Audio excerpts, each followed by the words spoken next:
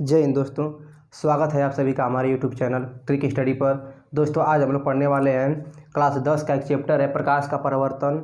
उसमें अवतल और उत्तल द्वारा बने प्रतिबिंब के बारे में दिया गया है।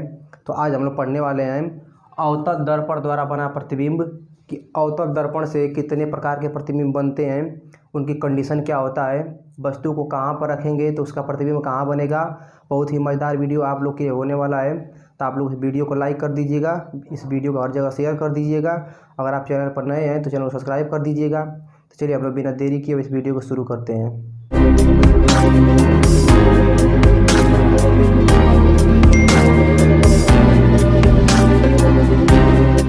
आप लोगों को पता है कि अवतल दर्पण द्वारा कुल 6 प्रतिबिंब बनते हैं और 6 कंडीशन अलग अलग होता है। तो हम लोग एक एक करके उस कंडीशन के बारे में जानेंगे हम लोग। देखिए यहाँ पर सबसे पहले हम देखेंगे कि यहाँ पर एक दर्पण है, अवतल दर्पण। इसके बाहर क्या किया गया है, कलई किया गया है रेड ऑक्साइड का, पारे का, और ये इस दर्पण का ध्रुव है। अब देखिए दर्पण से परावर्तन के बाद कोई भी प्रकाश की किरण जिस बिंदु पर मिलती है उसको हम लोग फोकस कहते हैं। यहाँ पर फोकस है और देखिए जितना दूरी ये है, फोकस से और ध्रुव के बीच में इतनी दूरी है, उतना ही दूरी पर एक और बिंदु होता है, इसको हम लोग वक्रता केंद्र कहते हैं। अब देखिए वस्तु को हम कहाँ कहाँ रखेंगे किसी अवतल दर्पण के सामने तो उसका प्रतिबिंब कैसा बनेगा।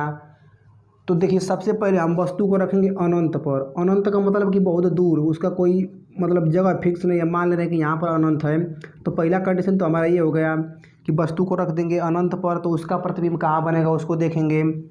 दूसरा कंडीशन हमारा ये होगा कि वस्तु को अब रखेंगे कहाँ पर, पॉइंट नंबर दूसरा, तो उसको अनंत और वक्रता केंद्र के बीच में रखेंगे।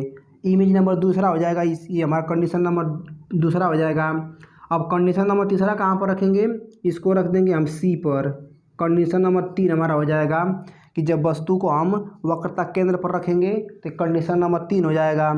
कंडीशन नंबर 4 कहाँ पर होगा हमारा, तो सी और एफ के बीच में, मतलब वस्तु को यहाँ पर रख देंगे हम, तो हमारा कंडीशन नंबर 4 हो जाएगा। पांचवा जो कंडीशन होगा उसको हम रख देंगे फोकस पर, ये हमारा पांचवा कंडीशन हो जाएगा। और जो छठा कंडीशन होगा फोकस और ध्रुव के बीच में, मतलब यहाँ पर वस्तु को रख देंगे, तो कंडीशन नंबर 6 हो जाएगा। कुल 6 प्रतिबिंब के बारे में पढ़ना हमको है। तो सबसे पहला जो कंडीशन हमारा है वो क्या है, अनंत पर हो। तो यहाँ पर देखिए लिखे भी है कि जब वस्तु अनंत पर हो, तो हम देखेंगे कि जब वस्तु अनंत पर हो तो उसका प्रतिबिंब कहाँ बनता है, कैसा बनता है, वास्तविक बनता है कि काल्पनिक बनता है। शायद आप लोग को पता होना चाहिए इस बात को कि प्रतिबिंब जो होता है, प्रतिबिंब 2 प्रकार का होता है, इमेज 2 प्रकार का होता है। एक वास्तविक रियल इमेज, एक काल्पनिक वर्चुअल। अब देखिए वास्तविक और काल्पनिक क्या होता है। तो वास्तविक प्रतिबिंब उसे कहते हैं कि जब दर्पण से परावर्तन के बाद जब दोनों किरणें किसी बिंदु पर वास्तव में मिलती हुई नजर आए, वास्तव में हमको दिखाई दे कि दोनों किरणें आपस में मिल रही हैं, तब वो वास्तविक प्रतिबिंब होगा। और काल्पनिक का मतलब होता है सिर्फ कल्पना करें कि ये मिल रही हैं, आगे जा कर के मिलेंगी, वास्तव में जो मिलती ना हो, तो उसको बोलते हैं काल्पनिक प्रतिबिंब। ठीक, तो हम लोग एक एक कंडीशन को देखेंगे। तो चलिए सबसे पहले हम देखते हैं कि जब वस्तु अनंत पर हो तो उसका प्रतिबिंब कहाँ बनता है। देखिए यहाँ पर हम एक अवतल दर्पण लिए हैं, यहाँ पर वस्तु को रखें अनंत पर। मान लीजिए यहाँ पर वस्तु अनंत पर है। अब यहाँ से जो प्रकाश की किरणें जाएगी वो समांतर जाएगी। आप लोग को नियम पता होना चाहिए कि दर्पण पर जब भी कोई प्रतिबिंब बनाते हैं दर्पण से, तो उस पर जो प्रकाश की किरणें पड़ती है उसका एक नियम होता है। तो नियम नंबर यहाँ पर पहले देखेंगे, मेथड नंबर 1 यहाँ पर। अब देखिए यहाँ पर एक हम दर्पण ले लेंगे, यहाँ पर अवतल दर्पण। अब देखिए यहाँ पर ये मुख्य अक्ष होगा, ये ध्रुव होगा, ये हमारा फोकस होगा और ये हमारा वक्रता केंद्र होगा, सी होगा। तो जो भी किरण, नियम नंबर 1 कहता है कि जो भी किरण इस मुख्य अक्ष के समांतर जाती है, समांतर का मतलब कि ये मुख्य अक्ष सीधा जाएगी, तो जब दर्पण से टकराएगी तो टकरा कर के फोकस से निकलेगी।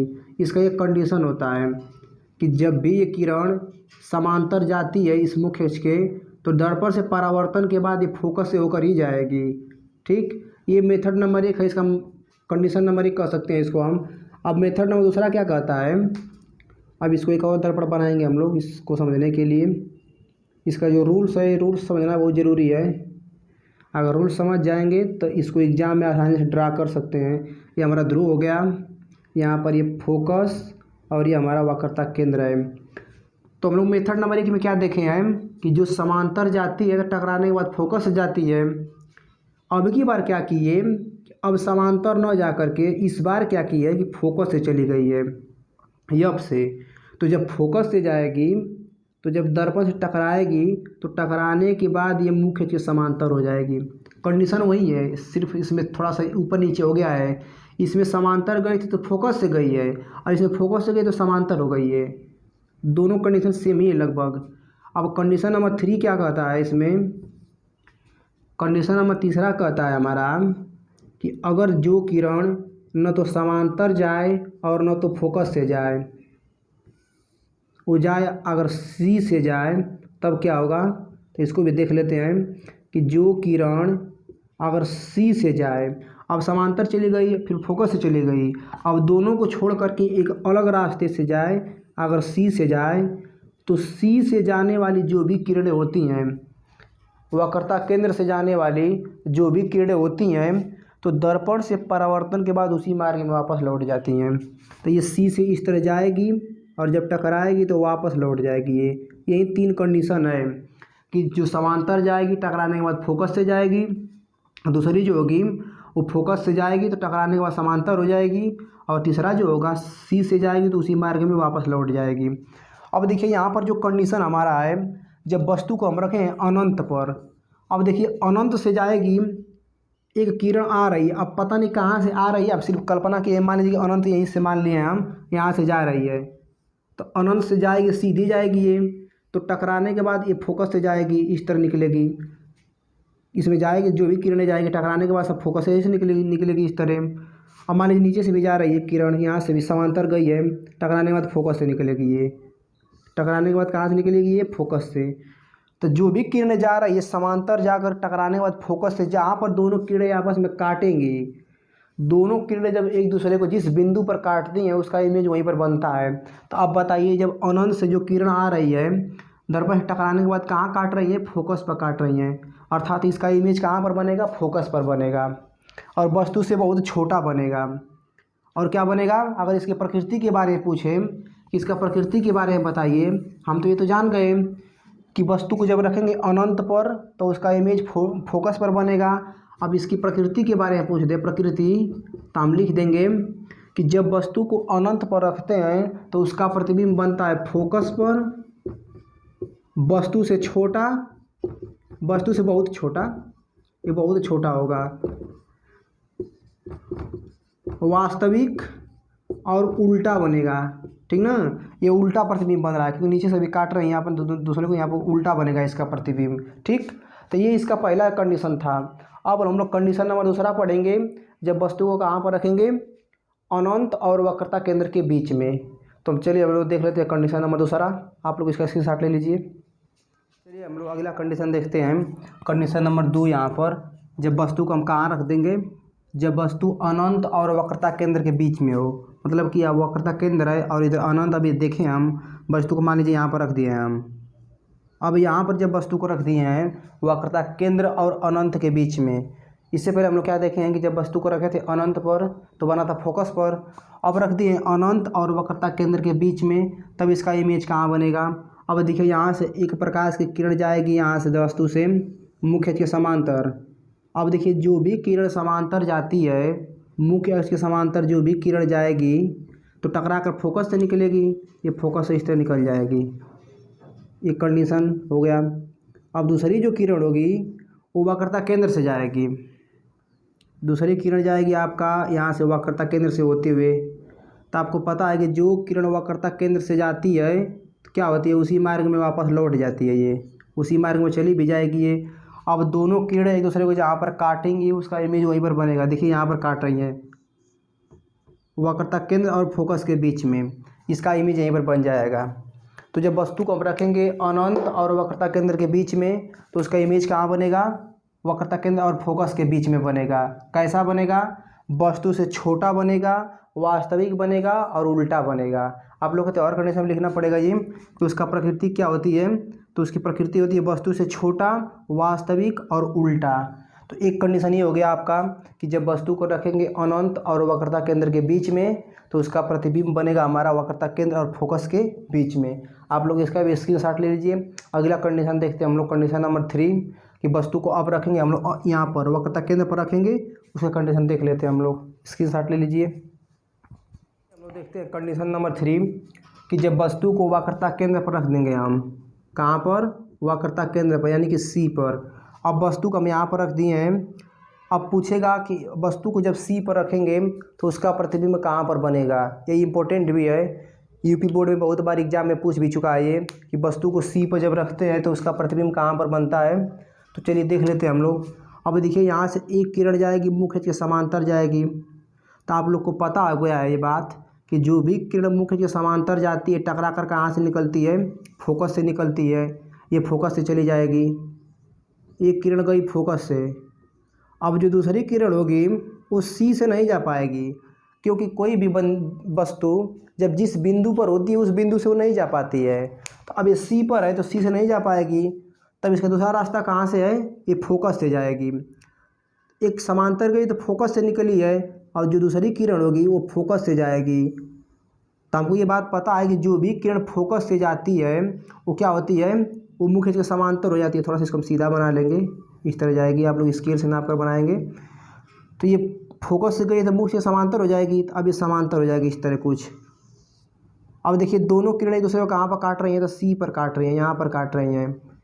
तो आप लोग को बताए हैं कि जब दोनों किरणें जिस बिंदु पर काटती हैं उसका इमेज वहीं पर बनता है। तो दोनों किरणें कहाँ काट रही हैं, वक्रता केंद्र पर ही काट रही हैं, उसी के सामने काट रही हैं।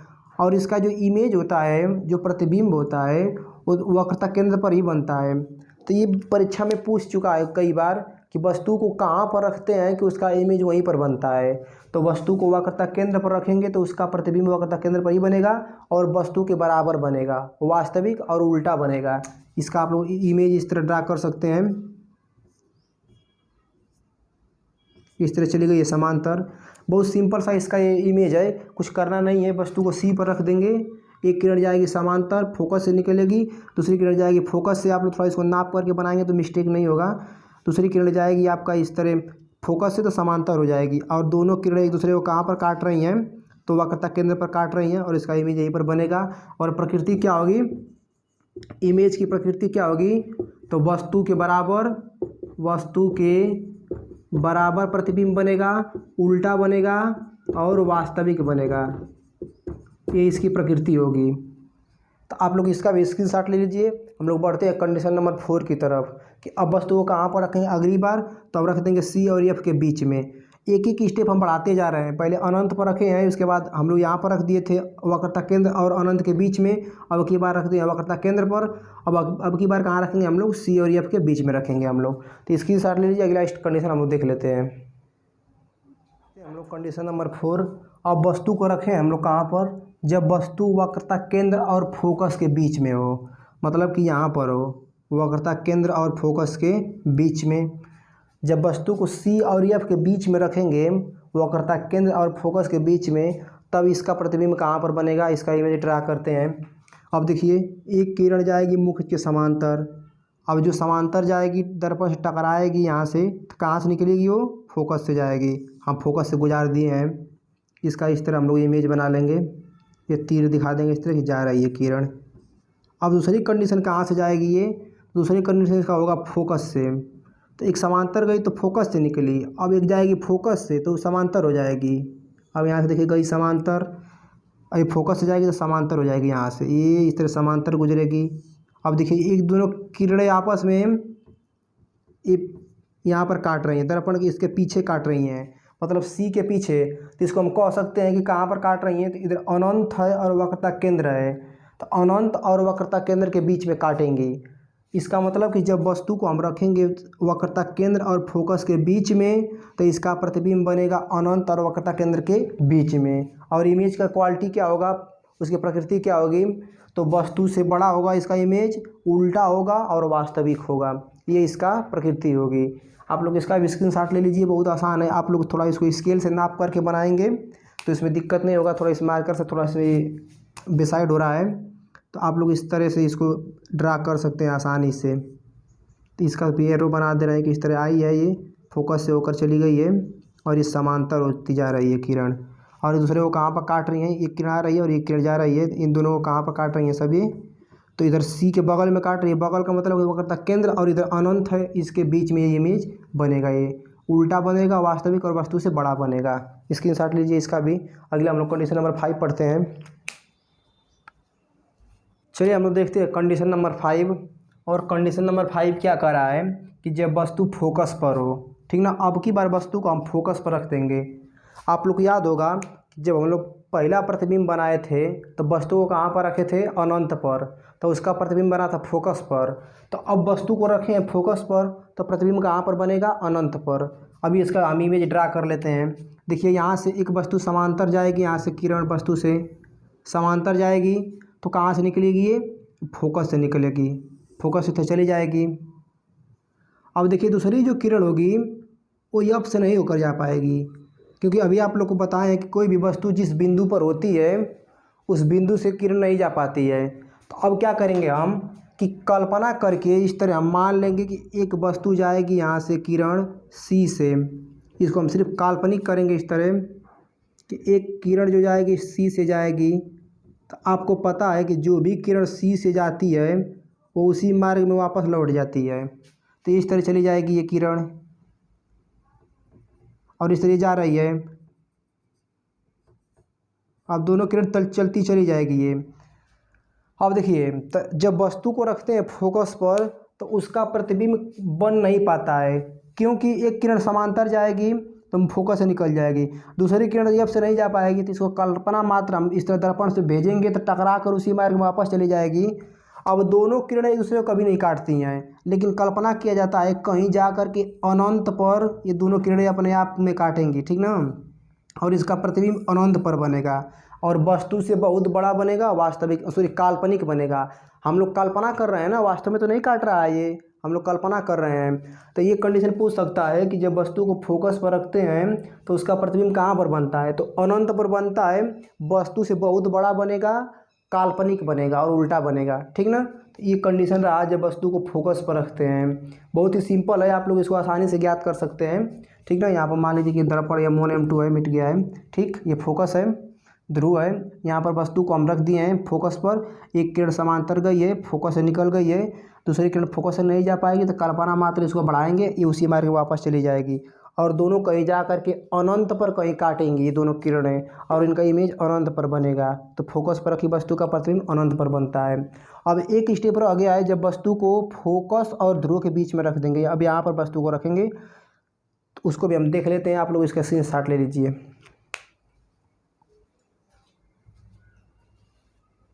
देखते हैं हम लोग कंडीशन नंबर 6, लास्ट कंडीशन है कि जब वस्तु को फोकस और ध्रुव के बीच रखते हैं, मतलब कि ये फोकस हो गया और ये ध्रुव इसी के बीच में वस्तु को रखे हैं, तो इसका प्रतिबिंब कहाँ पर बनेगा।